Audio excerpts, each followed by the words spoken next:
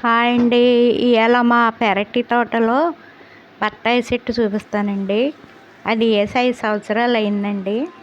అది ఒక 3 సంవత్సరాల నుంచి కాస్తుంది. కాయలు తక్కువే కాస్తుందండి. సుమారు ఒక 40 కాయల దాకా కాస్తుందండి బత్తాకాయ చెట్టు.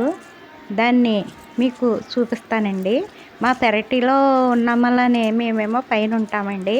అందుకు కిందేమో చెట్టు ఉంటుందండి మా పెరటి తోటలో. పైన మాకు మేడ మీదకి అంతిదండి. ఇది పెరటి తోటలో చెట్టు అండి.